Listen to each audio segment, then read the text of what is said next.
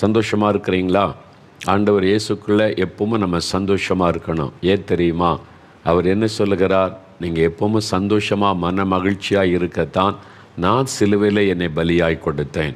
உங்கள் பாடுகள், துக்கங்கள், வேதனைகளை நான் என் மீது போட்டுக்கொண்டு உங்களுக்காக நான் சிலுவையில் இரத்தம் சிந்தி மரித்து உயிர்த்தெழுந்தேன். எதுக்காக? என் பிள்ளைகளாக இருக்கிற நீங்கள் எப்பவும் சந்தோஷமாக இருக்கணும் என்பதற்காக. அதனால் தான் ஆண்டவர் சொல்லுகிறார், உங்கள் இருதயம் கலங்காமலும் பயப்படாமலும் இருப்பதாக. என்னுடைய சமாதானத்தை நான் உங்களுக்கு தருகிறேன். யோவான் 14:27 இயேசு அவ்விதமாய் நமக்கு வாக்கு கொடுத்திருக்கிறார். எப்பவும் சந்தோஷமாக இருங்க. ஆண்டவர் உயிரோடு இருக்கிறவர், நம்ம கூட இருக்கிறார். நம்மை சுற்றி என்ன நடந்தாலும், நம்முடைய வாழ்க்கையில் என்ன போராட்டங்கள் வந்தாலும் சீக்கிரத்தில் அதெல்லாம் மாறிவிடும்.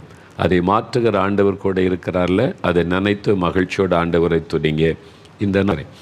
இப்போது நேற்று தினத்தில் சாபத்தை குறித்த சில காரியங்கள், முகவுரையாக சில காரியத்தை நான் உங்களோடு பகிர்ந்து கொண்டேன். சாபம் என்று ஒன்று இருக்கிறது, அதை குறித்து வேதமும் தெளிவாய் பேசுகிறது என்று வேத வசனத்திலிருந்து உங்களுக்கு சொல்லப்பட்டது. இந்த சாபத்தினுடைய விளைவுகள், சாபத்திலிருந்து ஆண்டவர் விடுதலை கொடுத்த சில அனுபவங்களை கூட உங்களோட பகிர்ந்து கொள்ள தேவன் கிருபை செய்தார். இப்போது இன்றைக்கி இந்த சாபத்திற்கான காரணங்கள் என்ன என்பதை அடுத்த வாரத்திலிருந்து தியானிக்க போகிறோம். ஆனால் இந்த நாளில் சில முக்கியமான காரியத்தை நீங்கள் மனதில் ஆழமாக பதிய வேண்டும். இந்த சாபத்தை குறித்த முக்கியமான காரியங்கள் உங்களுக்கு தெரியணும். அதனால தான் நான் நிதானமாக இதை குறித்து உங்களோடு பேசுகிறேன். முதலாவது, யார் மீதெல்லாம் இந்த சாபம் வரும் அப்படின்னு கேட்டிங்கன்னா, பைபிளில் இருந்தும் நான் அனுபவத்திலிருந்து சில காரியம் சொல்ல. முதலாவது, தனிப்பட்ட ஒரு மனிதன் மீது சாபம் வருவதற்கான காரியம் இருக்கிறது. தனிப்பட்ட ஒரு மனிதனுக்கு உண்டாகிற சாபத்தை குறித்தும் நீங்கள் வேதத்திலே பார்க்க முடியும். தனிப்பட்ட ஒரு ஆளுக்கு உண்டாகிற சாபம், நான் சொன்ன இயற்கைக்கு மேற்பட்ட விதமான பாதிப்புகள், வியாதிகள், இழப்புகள், இந்த மாதிரி காரியம் நடந்தாலே நீங்கள் அதை கவனிக்கணும். அதுக்கு பின்னால் சாபத்தின் கிரியை இருக்கலாம். நீங்கள் பார்த்தீங்கன்னா, ஒரு சகோதரன் ஒரு வயிற்று வலியினால் பாதிக்கப்பட்டார். அந்த வயிற்று வலி தாங்க முடியாது. அவருடைய பெற்றோர், அவருடைய குடும்பத்தார் பல ஆஸ்பத்திரிக்கு கூட்டிகிட்டு போனாங்க. அவங்களுக்கு எல்லா ரிப்போர்ட்டும் எடுத்து பார்த்தா வயிற்றில் ஒன்றுமே இல்லை. எல்லாம் ஸ்கேன் பார்த்தாச்சு, ரிப்போர்ட் செக் பண்ணி பார்த்தாச்சு, எல்லாம் நார்மலாக இருக்குது. பிறகு எப்படி இந்த வலி வருதுன்னு தெரியல. அதனால் என்ன ட்ரீட்மெண்ட் கொடுக்கன்னு தெரியல. தாங்க முடியாத வலி, மரண வேதனை, அது வந்துட்டால் கஷ்டப்படுவார். அதனால் ஜெபம் பண்ணுகிற ஒரு தாயார் இடத்துல அழைச்சிட்டு போனாங்க. அவங்க நல்லா ஜெபிக்கிற தீர்க்கதரிசன வரமுள்ள ஒரு தாயார். அவங்கள்ட்ட ஜெபிக்க அழைச்சிட்டு போன போது இந்த மாதிரி கஷ்டப்படுகிறார் வலியினாலுன்னு சொன்ன உடனே அவங்க கண்ணை மூடி ஆண்டவருடைய முகத்தை நோக்கினாங்க. அதன் பிறகு அவங்கள பார்த்து சொன்னாங்க, நீ ஒரு மனிதனுடைய மரணத்தில் சம்பந்தப்பட்டிருக்கிறாய் என்று சொன்னார்கள். அவ்வளோதான். அவர் அதிர்ந்து போனார். யாருக்குமே தெரியாத ரகசியம், குடும்பத்தாருக்கு தெரியாத ரகசியம். ஏன் இந்த வயிற்று வலி வந்தது? இதே டாக்டர்ஸ் மருத்துவத்துக்கு முடியாத ஒரு காரியமாக வினோதமாக இருக்குது, கண்டுபிடிக்க முடியல, ஒன்றுமே இல்லைன்றாங்க. பிறகு எப்படின்னு சொல்ல அவங்க ஜெபிச்சுட்டு சொன்னாங்க, நீ ஒரு மனுஷனுடைய மரணத்திலே சம்பந்தப்பட்டிருக்கிறாய் என்று. அவர் அதிர்ந்து போனார். அப்போ தான் ஒரு உண்மை வெளிப்பட்டார். அவருடைய நண்பர்கள் சிலர் சேர்ந்து அவருக்கு எதிரியாக இருந்த ஒரு ஆளை கொலை பண்ணுவதற்கு இவரையும் கூட கூட்டு போனாங்க. இவருக்கு அந்த ஆளுக்கு சம்பந்தமே கிடையாது. ஆனால் ஃப்ரெண்டுக்கு உதவி செய்வதற்கு, ஃப்ரெண்டுக்கு எதிரினா எனக்கு எதிரி வீரம் பேசிட்டு போயிருக்கிறார் இவரும். அவங்க அவரை கொடூரமாக கொலை பண்ணியிருக்கிறாங்க, அடித்து. அந்த சமயத்தில் இவரும் தன் கையினால் ஓங்கி அந்த வயிற்றில் குத்தி இருக்கிறார். அந்த மனிதனை நான் கொலை செய்ய முயற்சி நடக்கும்போது இவரும் கையினால் ஓங்கி அவனை வயிற்றில் குத்தி இருக்கிறார். பாருங்கள், அந்த மனிதனுக்கு இவருக்கு ஒரு சம்பந்தமும் இல்லை. பாருங்கள், எவ்வளோ ஒரு அநியாயமான ஒரு காரியம் இல்லை. அந்த ஆள் இறந்துட்டாங்க, கொலை பண்ணிட்டாங்க, இறந்துட்டாங்க. அது கேஸ் நடந்து வேறு. ஆனால் இவரை அந்த வலி தாக்கி விட்டார். யார் வீட்டாருக்கு தெரியாது, யாருக்கும் தெரியாது. இந்த ஜெபம் பண்ணுற தாயார் வெளிப்படுத்தி சொன்னாங்க, நீ ஒரு மனுஷனுடைய மரணத்தில் சம்பந்தப்பட்டிருக்கிறாய். அப்போ தான் சொன்னாங்க, ஆமாம், அந்த மனுஷனை வயிற்றில் நீ குத்துனதுனால அந்த சாபம் இன்றைக்கி உன் மேலே வந்திருக்கு. சம்பந்தமே இல்லாத ஒரு மனிதன், அவனை போய் நீ ஏன் தாக்குன? அவனை கொலை பண்ணுறதுக்கு நீ ஏன் உதவி செய்ய போனேன் என்று சொல்லி பாருங்கள். சாபத்தினுடைய விளைவு. அதன் பிறகு இவர் தன் பாவத்தை விட்டு மனம் திரும்பி அழுது ஒப்பு கொடுத்து கத்திரிடத்தில் வந்தபோது தான் அவருக்கு விடுதலை கிடைத்தார். அதனால் சில வியாதி ஏன் சுகமாக மாட்டேங்குது? மருத்துவத்தில் சுகமாகாது, ஜெபம் பண்ணாலும் சுகமாகாது. ஏன்னா சில ரகசியம் இருக்கும். அங்கே ஒரு சாபம் தொடர்ந்து வரக்கூடும். அது அந்த மனிதனுடைய பாவம் அந்த மனிதனை சாபமாய் தாக்கி விட்டு பாருங்க. சென்னையில் ஒரு சகோதரர் ஊழியம் செய்ய போனார். எனக்கு என்னுடைய ஊழியத்தின் ஆரம்ப காலத்தில் அது சென்னையில் நடந்த ஒரு சம்பவம். அவர் தெரு பிரசங்கம் பண்ணுவார், ட்ராக்ஸ் எல்லாம் கொடுப்பார். ஒரு நாள் தெருவில்னு பிரசங்கம் பண்ணும்போது சொன்னார், ஜனங்கள்லாம் வந்துட்டு போயிட்டு இருக்கிறாங்க. ஒரு நின்று பிரசங்கம் பண்ணும்போது, பாவத்தை விட்டு மனம் திரும்புங்கள் அந்த வசனத்தை வச்சு, பாவம் குஷ்டரோகம் மாதிரி, அது உங்களுடைய வாழ்க்கையை அழிச்சிரும். அந்த பாவத்தை குஷ்டரோகத்துக்கு ஒப்பிட்டு உங்களுடைய ஆவிக்குரிய வாழ்க்கையை உள்ளான ஆத்மாவை அதை அழிச்சிரும், நரகத்துக்கு கொண்டு போயிருன்னு சொல்லி அதை கம்பேர் பண்ணி பேசினார். அதை பார்த்துட்டு ஒரு ஆளுக்கு ரொம்ப கோவம் வந்துட்டு நேரம் சட்டை பிடிச்சிட்டார். என்ன நீ முதல்ல பாவின்ற, அடுத்தது குஷ்டரோகன்ற, அப்போ எங்களுக்கு குஷ்டரோகம் வருமா அப்படின்னு. ஐயா, நான் அப்படி சொல்லலை. பாவம் குஷ்டரோக வியாதியை போல் உங்களை பிடிச்சிட்டா உங்களுடைய வாழ்க்கை அழிச்சிரும், அதனால் விடுதலை பெறணும்னு தான் நான் சொல்கிறேன். நீ எப்படி என்னை குஷ்டரோகம் வரலாம் சொல்லுவேன்னு சொல்லி செவிட்டில் விட்டார்.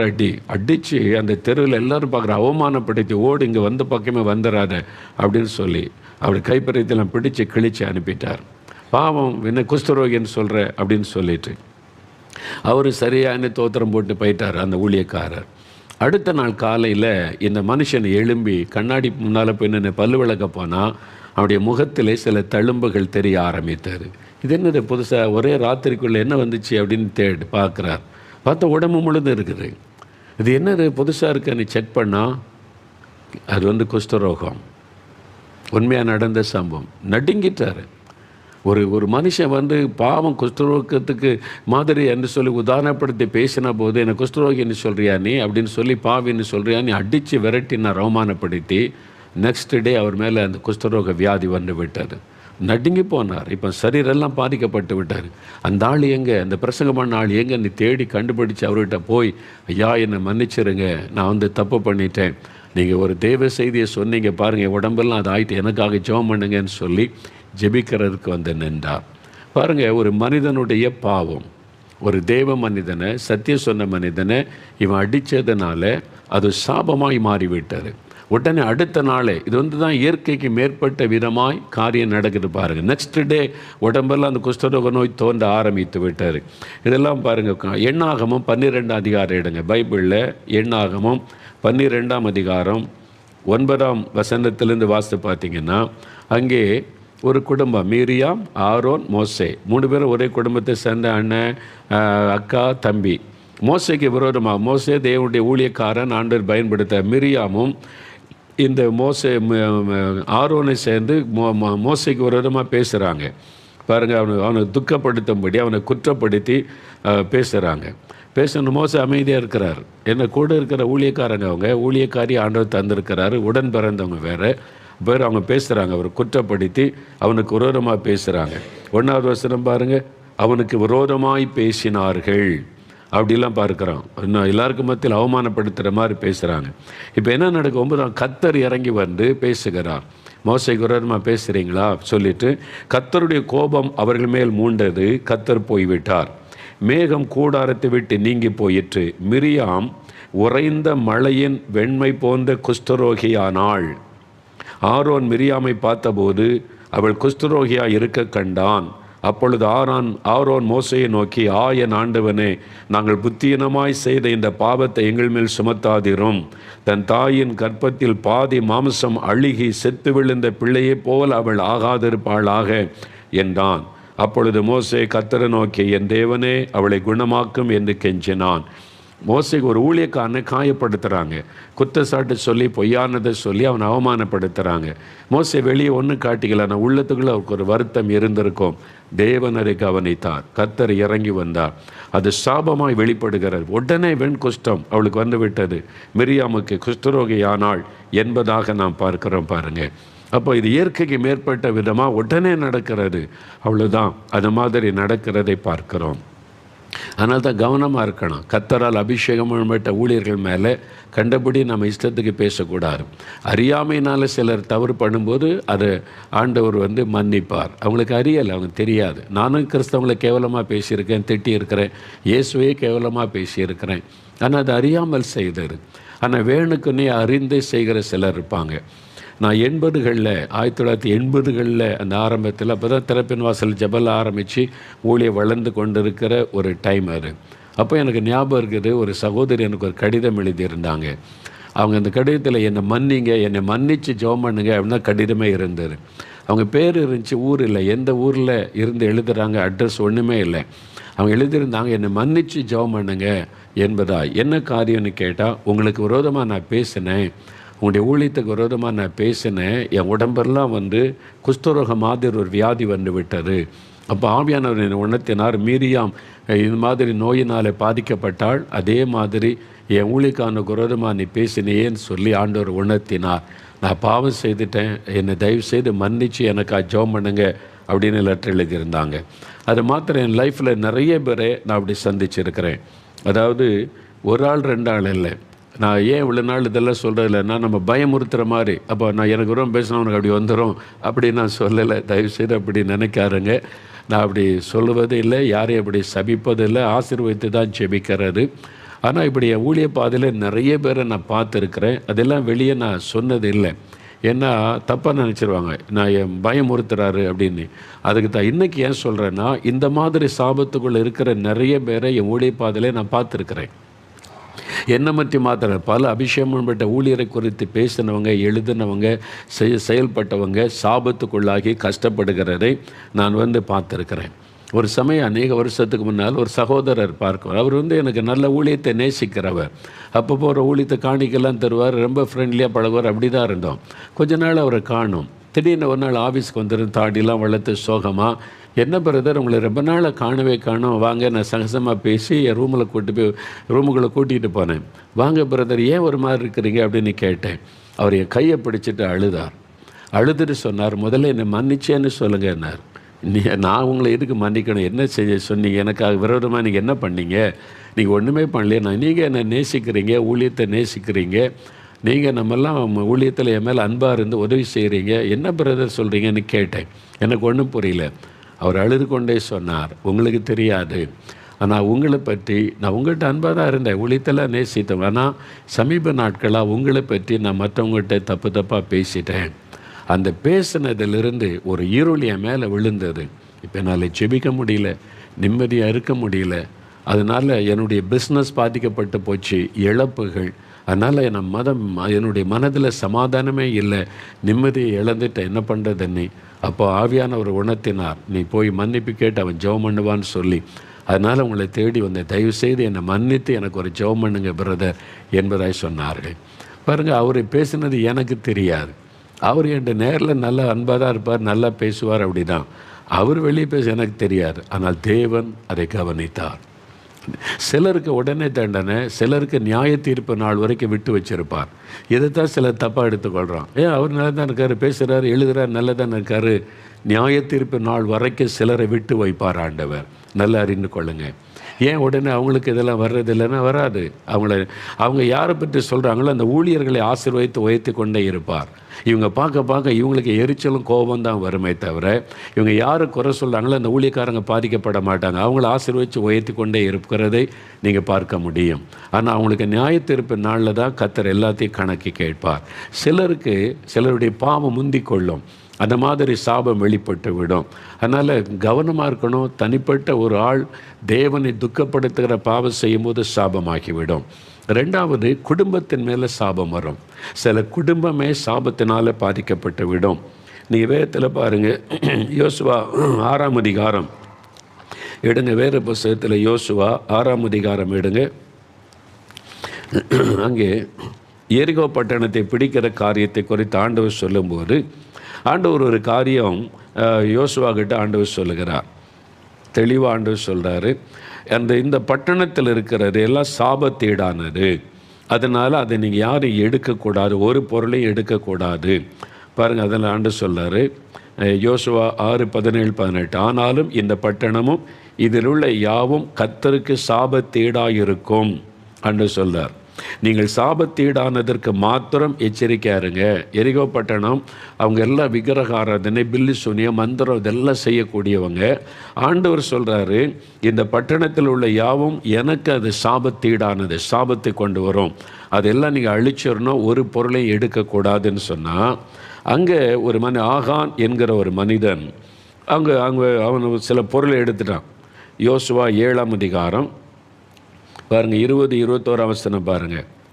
ஆகான் யோசுவாவுக்கு பிரதித்திரமாக, மெய்யாகவே நான் இஸ்ரவேலின் தேவனுக்கு கர்த்தருக்கு விரோதமாய் பாவம் செய்தேன், இன்னென்ன பிரகாரமாய் செய்தேன். கொள்ளையிலே நேர்த்தியான ஒரு பாபிலோன் சால்வையையும் 200 வெள்ளி சேக்கலையும் 50 சேக்கல் நிறையான ஒரு பொற்பாளத்தையும் நான் கண்டு அவைகளை இச்சித்து எடுத்து கொண்டேன். இதோ அவைகள் என் கூடாரத்தின் மத்தியில் பூமிக்குள் புதைந்திருக்கிறது, வெள்ளி அதன் அடியில் இருக்கிறது என்று ஆண்டவர் கண்டுபிடி சொல்லிட்டார். இந்த சாபத்தீடானதை உங்கள் ஒருத்த எடுத்துட்டான். அதனால இந்த தேவ ஜனத்துக்கே ஒரு தோல்வி வருகிறாரு. அப்போ தான் யோசுவா ஜெபிக்கும் போது சாபத்தீடானதை எடுக்கக்கூடாதுன்னு சொன்னேன்.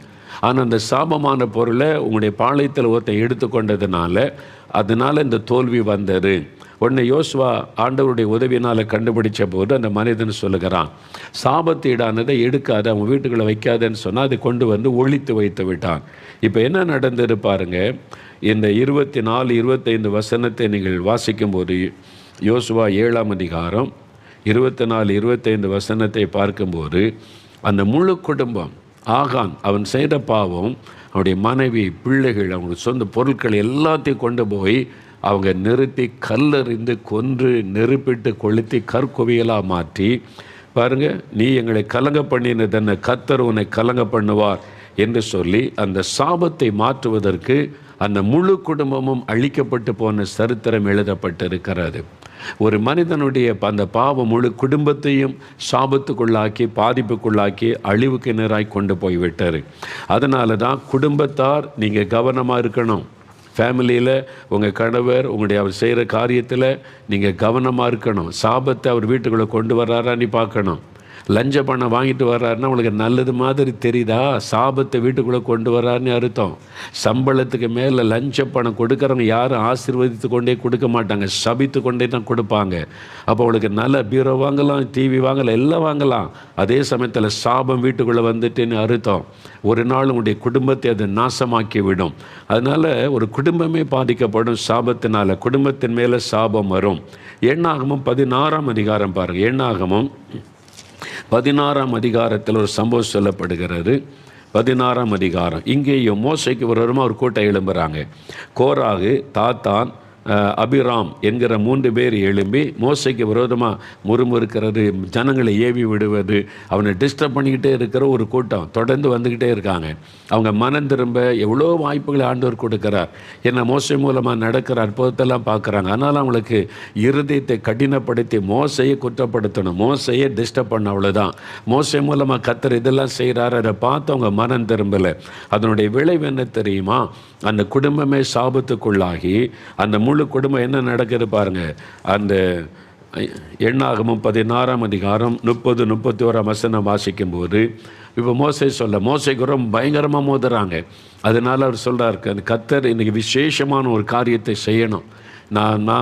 நான் செய்கிறது சரி அப்படின்னா கர்த்தர் விசேஷமான காரியத்தை செய்யணும் அப்படின்னு சொல்லும்போது என்ன நடக்குது பாருங்கள்.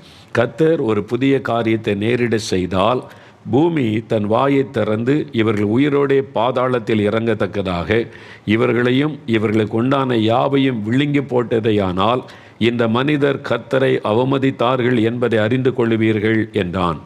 அவன் இந்த வார்த்தைகளை எல்லாம் சொல்லி முடித்த உடனே அவர்கள் நின்றிருந்த நிலம் பிளந்தது. பூமி தன் வாயை திறந்து அவர்களையும் அவர்கள் வீடுகளையும் கோராகுக்குரிய எல்லா மனிதரையும் அவர்களுடைய உண்டான சகல பொருளையும் விழுங்கி போட்டார். அப்படியே பூமி பிளந்து உயிரோடு போயிட்டாங்க பாதாளத்துக்குள்ள. முழு குடும்பமும் ஒரு குடும்பத்துக்கே சாபத்தை உண்டாக்கிட்டு. அதனால தான் சொல்கிறேன், நீங்கள் சர்ச்சுக்கு போனால் உங்கள் கணவர் சர்ச்சில் போய் அரசியல் பண்ணுவது, அங்கே போய் அதிகாரம் பண்ணுறது, அங்கே கர்த்தரை அதை அவமானப்படுத்துவதற்கு சமம். கர்த்தர் கோபத்தோடு எழும்பிட்டால் அவங்களுடைய குடும்பமே சாபத்துக்குள்ளாகிவிடும். மனம் திரும்ப வாய்ப்பு கொடுக்கிறார். நாங்கள் இதெல்லாம் கேட்க மாட்டோம், நாங்கள் எத்தனையோ பார்த்துட்டோன்னு சொன்னீங்கன்னா, அறியாமை உள்ள காலங்களில் தேவன் காணாதவர் போல இருந்தார். இப்போ அப்படி கிடையாது. உடனுக்குடனே கர்த்தருடைய அந்த நியாய தீர்ப்பை வெளிப்பட்டுற சாபம் உங்களுடைய குடும்பத்தில் வந்துவிடும். அதனால் உங்கள் குடும்பத்துக்கு சாபத்தை தேடி வைக்காதங்க. அதனால தான் அவங்க வீட்டில் இருக்கிறவங்க என்ன செய்கிறாங்க, எப்படி சம்பாதிக்கிறாங்க, பணம் எப்படி வருதுன்னு பெண்கள் கவனமாக இருக்கணும். அவங்க கணவர் போகிறாங்கன்னா சர்ச்சுக்கு போகிறாங்க, போய் ஒழுங்காக இருந்துட்டு பொறுப்பில் இருந்தால் ஊழியம் செய்யுங்கன்னு சொல்லுங்கள். அங்கே போய் ஊழியம் செய்யாமல் அரசியல் பண்ணி நாட்டாங்க பண்ணிட்டு வந்தால் சாபம் வீட்டுக்குள்ளே வந்துவிடும் என்பதை மறந்துடாதங்க. உடனே அழிவு வராது. எல்லாத்துக்கும் டைம் கொடுப்பார் ஆண்டவர். மனம் திரும்ப வாய்ப்பு கொடுப்பார். கேட்கலன்னா ஒரு நாள் பயங்கர அழிவு வந்து விடும். நல்லா அறிந்து கொள்ளுங்க. மூன்றாவது, பட்டணத்தின் மீது சாபம் வரும். அப்போ தனிப்பட்ட ஒரு ஆள் மேலே சாபம் வரக்கூடிய வாய்ப்பு இருக்குது. ஒரு குடும்பத்தின் மேலே சாபம் வரும். மூன்றாவது, ஒரு பட்டணத்தின் மேலே சாபம் வரும். ஆதியாகமம் 18ஆம் அதிகாரம் பார்த்தீங்கன்னா சோதோம் கொமோரா பட்டணத்தை குறித்து அங்கே எழுதப்பட்டு இருக்கிறது. சோதோம் கொமோரா பட்டணத்தை குறித்து ஆபிரகாம் காலத்தில் 18:20 பாருங்கள். ஆண்டவர் சொல்கிறாரு, பின்பு கர்த்தர் சோதோம் கொமோராவின் கூக்குரல் பெரிதாய் இருப்பதினால் அவைகளின் பாவம் மிகவும் கொடிதாய் இருப்பதினாலும், அவனுடைய பாவம் ரொம்ப கொடிது. சோதோம் கொமோரா பட்டணத்துக்குள்ள விபச்சாரம், வேசித்தனம், ஓரின சேர்க்கை, இரக்கம் கிடையாது, அருவருப்பான பாவங்கள். அந்த பாவங்கள் மிகவும் கொடிதாக இருக்கிறது என்று ஆண்டவர் சொன்னார். ஆதியாகமம் 13:13 வாசிக்கும் போது, அந்த மனிதர்கள் பொல்லாதவர்களும் மகா பாவிகளுமாய் இருந்தார்கள் என்பதாக வேதம் சொல்லுகிறது. எசேக்கியேல் 16ஆம் அதிகாரம் 49-50 வசனத்தில் இந்த சோதோம் கொமோரா பட்டணத்தின் பாவத்தை குறித்து சொல்லும்போது, அவங்க ரொம்ப கர்வம் பிடிச்சவங்க, பெருமை உள்ளவங்க, நிர்விசாரம் உள்ளவங்க, அருவருப்பானதை செய்கிறவங்க என்று பைபிள் சொல்லுகிறாரு. அப்போ கர்த்தர் அருவருக்கும்படியான பாவத்துக்கு அங்கே இடம் கொடுத்து பாவம் பெருகினதுனால சாபத்துக்குள்ளாகி ஆண்டவர் வானத்தின் அக்னி கந்தகத்தை அனுப்பி எரித்து அந்த பட்டணங்கள் அழிக்கப்பட்டது. அந்த அழிக்கப்பட்ட போது ஏற்பட்ட அந்த பள்ளத்தில் தான் சவக்கடல் உருவானது. இன்றைக்கும் இஸ்ரவேல் தேசத்தில் போன சவக்கடல், அங்கே சல்ஃபர் இருக்குது, அந்த சால்ட்டு தான் ரொம்ப. அப்போ அந்த ஆண்டவர் அக்னியும் கந்தகம், அந்த சல்ஃபர் அதை வச்சு தான் அழித்தார் என்று பைபிளில் சொல்லப்பட்டார். இன்றைக்கும் அந்த கடல் பாருங்கள், சல்ஃபர் அங்கே தான் நிறைய கிடைக்கும், மினரல்ஸ். ஆனால் உலகத்திலே தாழ்வான ஒரு பகுதி எதுனா சவக்கடல். அந்த கடலில் எதுவுமே வசிக்க முடியாது. எந்த உயிரோடு எந்த ஜீவனும் அங்கே இருக்க முடியாது. ஆனால் அது சபிக்கப்பட்ட ஒரு இடம் என்பதற்கு இப்போவும் அது சாட்சியாக இருக்கிற பட்டணத்தின் மேலே சாபம் உண்டாகும். மத்தேயு 11ஆம் அதிகாரம் எடுங்க. மத்தேயு 11ஆம் அதிகாரம் 20-21 வசனங்களை நீங்கள் வாசிக்கும்போது ஆண்டவர் பாருங்கள், அங்கே சில காரியம் செய்வதை பார்க்கிறோம். மத்தேயு 11:20-21 வசனங்கள். அப்பொழுது தமது பலத்த செய்கைகளில் அதிகமானவைகளை செய்ய கண்ட பட்டணங்கள் மனம் திரும்பாதபடியினால் அவைகளை அவர் கடிந்து கொள்ளத் தொடங்கினார். கோரோசினே உனக்கு ஐயோ, பெத்சாயிதாவே உனக்கு ஐயோ, உங்களில் செய்யப்பட்ட பலத்த செய்கைகள் தீருவிலும் சீதோனிலும் செய்யப்பட்டிருந்தால் அப்பொழுதே இரட்டுடித்து சாம்பலில் உட்கார்ந்து மனம் திரும்பி இருப்பார்கள். நியாய தீர்ப்பு நாளிலே உங்களுக்கு நேரிடுவதை பார்க்கிலும் தீருவுக்கும் சீதோனுக்கு நேரிடுவதில் அகவாயிருக்கும் என்று உங்களுக்கு சொல்லுகிறேன். வானபரியந்தம் உயர்த்தப்பட்ட கப்பர்நகூமே, நீ பாதாள பரியந்தம் தாழ்த்தப்பட்டு போவாய். உன்னில் செய்யப்பட்ட பலத்த செய்கைகள் சோதோமிலும் கொமோராவிலும் செய்யப்பட்டிருந்தால் அது இந்நாள் வரைக்கும் நிலைத்திருக்கும். பார்த்தீங்களா, அந்த பட்டணம் சபிக்கப்படுகிறது. ஐயோ நான் சாபன்னு அர்த்தம். பார்த்தீங்களா, கோரோசின், பெத்சாயிதா, அப்புறம் கப்பர்நகூம் பட்டணம் தான் இயேசுவின் பட்டணம் என்று அழைக்கப்பட்டது. கலிலேய கடற்கரை ஒட்டி இருக்கிறது கப்பர்நகூம். அங்கே தான் பேதுருடைய வீடெல்லாம் இருக்கிறது. பெத்சாயிதா இந்த கோரஸ் எல்லாம் அந்த கடற்கரை ஒட்டி இருக்கிற பட்டணங்கள், செம்ப செழிப்பான மீன்பிடி பட்டணங்கள். அப்போ அந்த கப்பர்நகூம் பெரிய பட்டணம். இயேசு அங்கே தான் தங்கியிருந்தார். நிறைய அற்புதங்கள் அந்த பட்டணத்தில் தான் இயேசு செய்தார். நிறைய அற்புதங்களை செய்து தன்னுடைய மகிமையை வெளிப்படுத்தினார். ஆனாலும் ஜனங்கள் மனம் திரும்பலை, இஷ்டப்படி வாழ்ந்தாங்க. இவ்வளவு அற்புதத்தை பார்த்த பிறகும் இந்த இயேசுவை சொல்கிறபடி கேட்டு மனம் திரும்பணும், அவருக்கு நம்ம வாழ்க்கையில் இடம் கொடுக்கணும், இடம் கொடுக்காமல் நிர்விசாரமாக வாழ்ந்ததுனால ஆண்டவருடைய சாபத்தை கூறிவித்தார். இன்றைக்கு நீங்கள் இஸ்ரவேல் தேசம் போனீங்கன்னா எல்லா பட்டணம் பாருங்கள், நாயூன் பட்டணம் இருக்குது, நாசரேத் இருக்குது, கானா ஊர் இருக்குது, நிறைய ஊர்கள் அங்கே அப்படியே இருக்கிறது பார்க்கலாம். ஆனால் கப்பர்நகூம் போனால் அப்படியே ஒரு வீடு கூட இல்லை, எல்லாம் தரைமட்டமாகி அதனுடைய அஸ்திபாரங்கள் மாத்திரம்தான் தெரியும். அந்த பட்டண சபை மாதிரி பெத்சாயிதா, கோரசின் பட்டணங்கள் ஒரு வீடு கூட இல்லை, அங்கே ஒரு மக்கள் கூட வசிக்கலை. ஆனால் இன்றைக்கி மற்ற இடத்துலெல்லாம் மக்கள் வசிக்கிறாங்க, மற்ற பட்டணத்திலெல்லாம் அதே பேரில் பட்டணர்கள் வசிக்கிறாங்க. இந்த பட்டணங்கள் இன்றைக்கும் அதை சபிக்கப்பட்டு கிடக்கிறதை பார்க்க முடியும். அதை கிபி 400 ஒரு பெரிய பூமி அதிர்ச்சி வந்ததில் இந்த பட்டணம்லாம் அழிந்து போனது. பார்த்தீங்களா, 400 வருஷம் ஆண்டவர் டைம் கொடுத்தார். மனம் திரும்புறதுக்கு வாய்ப்பு கொடுத்தோம். அவங்க மனம் திரும்பாத பட்சத்தில் அந்த சாபத்தினுடைய விளைவை அந்த பட்டணம் அனுபவித்ததை பார்க்குறோம். இன்றைக்கு அதனால தான் சில கிராமங்கள் போனால் ஆசீர்வாதமே இருக்காது. பார்த்தீங்களா, மக்கள் வறுமையிலே இருப்பாங்க, வியாதியிலே இருப்பாங்க, அதை எல்லாம் குடிசை வீடாக இருக்க ஒரு முன்னேற்றமே இருக்காது. ஏதோ ஒரு சாபம் அந்த குடும்பத்தை அந்த கிராமத்தை சுற்றி வரும். அந்த நாட்களில் காலரா வந்தபோது பல சொந்த கிராமத்தை விட்டே போயிட்டாங்க. அந்த கிராமமே அழிஞ்சு போன காரியங்களாம் தமிழ்நாட்டிலே உண்டு. அதனால் இப்பவும் ஒரு பட்டணத்தில் போகும்போது, கிராமத்துக்குள்ளே போகும்போது செழிப்பாக இருக்கிற பட்டணத்தை பார்க்கலாம், ஆசீர்வாதமாக இருக்கிறாரு. ஆசீர்வாதமே இல்லாமல் சாபத்துக்குள்ளாகி இருக்கிற பட்டணங்களையும் நீங்கள் பார்க்க முடியும். காரணம், ஏதோ ஒரு சாபம் அந்த பட்டணத்தின் மேலே வந்திருக்கலாம். அதை நம்ம அது அவன்கிட்ட பேசி கண்டுபிடித்தால் தான் தெரியும். அதனால் பட்டணத்தின் மீதும் சாபம் வர வாய்ப்பு உண்டு. அதனால தான் அந்த பட்டணங்களில் குடியிருக்கிறவங்க, பட்டணத்தில் நிறைய துன்மார்க்கம் அசுத்தங்கள் நடக்கும்போது அது மாதிரி காரியம் உண்டு. திறப்பில் நின்று ஜெபிக்கணும்.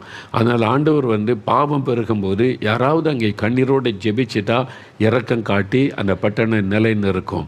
இல்லாட்டினா அந்த சாபத்தினுடைய விளைவை சந்திக்க வேண்டியது வந்துடும். 4வது, தேசத்தின் மேலே சாபம் வரும். தனிப்பட்ட ஒரு ஆள் மேலே சாபம் வரக்கூடும், ஒரு குடும்பத்தின் மேலே சாபம் வரக்கூடும், ஒரு பட்டணத்தின் மீது சாபம் வரக்கூடும், ஒரு தேசத்தின் மேலே சாபம் வரக்கூடும். எரேமியா 23 அதிகாரம் 10 வசனம் பாருங்கள். எரேமியா 23 அதிகாரம் 10 வசனம். வேதத்தை புரட்டி பாருங்கள். எரேமியா 23 அதிகாரம் 10 வசனம். பழைய ஏற்பாட்டில் 903 பக்கம். தேசம் விபச்சாரக்காரரால் நிறைந்திருக்கிறது, தேசம் சாபத்தினால் துக்கிக்கிறது, வனாந்தரத்தின் மேய்ச்சல்கள் வாடி போகிறது, அவர்கள் ஓட்டம் பொல்லாதது, அவர்கள் பலன் அநியாயமாயிருக்கிறது.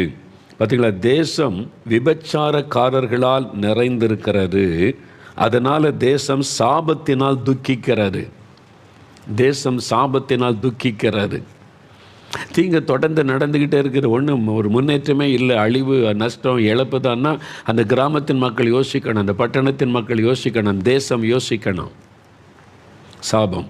இப்போ ஏசாயா 24 அதிகாரம், அது ஏசாயா 24 அதிகாரம் எடுங்க பைபிளில். ஏசாயா 24 அதிகாரம் 3லேருந்து 6 வசனம் வரைக்கும் பாருங்கள். 828 பக்கம் பாருங்கள். தேசம் முழுவதும் கொள்ளையாகி முற்றிலும் வெறுமையாகும், இது கர்த்தர் சொன்ன வார்த்தை. தேசம் புலம்பி வாடும், பூமி சத்துவமற்று உலர்ந்து போகும், தேசத்து ஜனத்திலே உயர்ந்தவர்கள் தவிப்பார்கள். தேசம் தன் குடிகளின் மூலமாய் தீட்டுப்பட்டது, தேசம் தீட்டுப்பட்டது. விபச்சாரம், வேசித்தனம், மந்திரவாதம், பில்லிசூனியம், மனுஷ வணக்கம், இதெல்லாம் தேசத்தை தீட்டுப்படுத்துகிற காரியங்கள். பாருங்கள், மந்திரவாதம் இன்றைக்கி இந்தியாவில் ஏராளமாய் பெருகி இருக்கிறது, மனுஷ வணக்கம் பெருகி இருக்கிறது.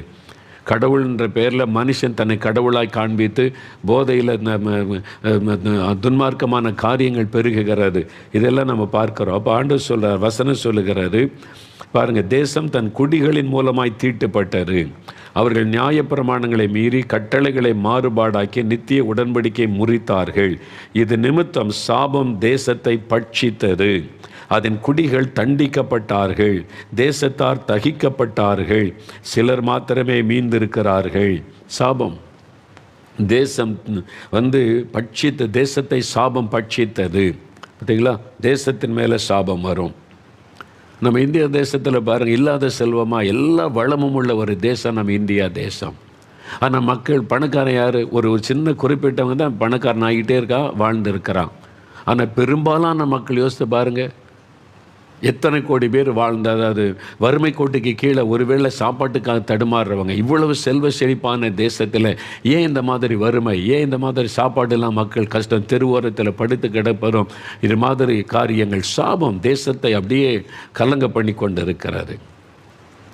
ஒரு பக்கம் மனுஷ வணக்கம், இன்னொரு பக்கம் பில்லிசூனிய பேய் வணக்கம், இன்னொரு பக்கம் விபச்சார வேசித்தனம். கிட்டத்தட்ட 75 லட்சம் பெண்கள் இந்தியாவில் விபச்சார தொழில் செய்கிறவங்கன்னு சொல்லப்படுகிறாரு. யோசித்து பாருங்கள், நீ கணக்குப்பட்டு ஒரு 75 லட்சம் பெண்கள் விபச்சார தொழிலாக செய்து கொண்டிருக்கான். தேசம் இதில் விபச்சாரம் பெருகிவிட்டு அது ஒரு கேர்ட்ஸ், அது ஒரு சாபம். இதெல்லாம் அப்போ ஏன் மழை வர மாட்டேங்கி, வந்த அழிவு மழையாக இருக்குது, அறுவடை நேரத்தில் எல்லாம் போயிடுது, அறுவடை ஒன்று வீட்டுக்கு வர மாட்டேங்குது. இதெல்லாம் கேர்ட்ஸு, சாபம். அதை யோசிக்கணும், எதனால் சாபம்னு யோசிக்கணும். ரொம்ப பக்தியாக இருக்கிறதுனால இதெல்லாம் ஏன் இந்த மாதிரி நினைப்போம். தவறான பக்தி சாபத்தை கொண்டு வந்து விடும், அதை நம்ம யோசிக்கணும். அப்போ இந்த மாதிரி தான் நிறைய தேசங்களில் அந்த சாபத்தினுடைய விளைவு பாதிப்புகள். இஸ்ரவேல் தேசம் பாருங்கள், இஸ்ரவேல் தேசம் எருசலேமை பார்த்து லூக்கா 19:41-44 பாருங்கள். இயேசு எருசலேம் நகரத்தை பார்த்து கண்ணீர் விட்டு அழுதார். இயேசு அழுது விட்டு என்ன சொன்னார்? உனக்கு கிடைத்த இந்த நாளில் ஆகிலும் சமாதானத்துக்கு ஏற்றவளை அறிந்தால் நலமாயிருக்கும். கோழி தன் குஞ்சுகளை சேர்த்து கொள்ள வேண்டுமாய் எத்தனையோ தூரம் உன்னை தேடி வந்தேன், உனக்கோ விருப்பம் இல்லை. அதாவது இரட்சகரை அந்த பட்டணம் புறக்கணித்தது. இஸ்ரவேல் மக்கள், யூத மக்கள் இரட்சகரை புறக்கணித்தாங்க, தேடி வந்த ரட்சிப்பை புறக்கணித்தாங்க. இயேசு மரித்தோரை உயிரோடு எழுப்புகிறார், பெருவை குருடர் பார்வையிடுறாங்க, சப்பானியன் நடக்கிறாங்க. இதுவரைக்கும் இப்படி ஒரு காரியம் தேசத்தில் நடந்ததே இல்லை. அப்போ ஜனங்களெல்லாம் வசனத்தை கேட்டு மனம் திரும்புகிறாங்க. விபச்சார பெண்கள் மனம் திரும்புகிறாங்க, செல்வந்தர்கள் மனம் திரும்புகிறாங்க. இதெல்லாம் தேசத்தில் நடக்கிறத பார்த்தும் அந்த யூத மதவாதிகள் மத வைராக்கியம், மத பாரம்பரியம் என்று சொல்லி இது கர்த்தருடைய கிரியை, தேவனுடைய செயல் என்று உணராதபடி இயேசுவை எதிர்க்கிறவங்க, குறை சொல்லவும் அப்படிதான் இருந்தாங்க. அப்போ இயேசு எத்தனையோ தடவை அவங்களுக்கு போய் போய் போய் அற்புதம் செய்து தன்னை வெளிப்படுத்தியும் ரட்சிப்பை புறக்கணித்தாங்க, சமாதானத்தை புறக்கணித்தாங்க. அதனுடைய விளைவு சாபம் தேசத்தில் வந்தது. கிபி 70 எருசலேம் இடிக்கப்பட்டது. இஸ்ரவேல் யூத ஜனங்கள் தேசத்தை விட்டு அவங்க சாபத்தினால புறப்பட்டு போகக்கூடிய சூழ்நிலை உண்டானது.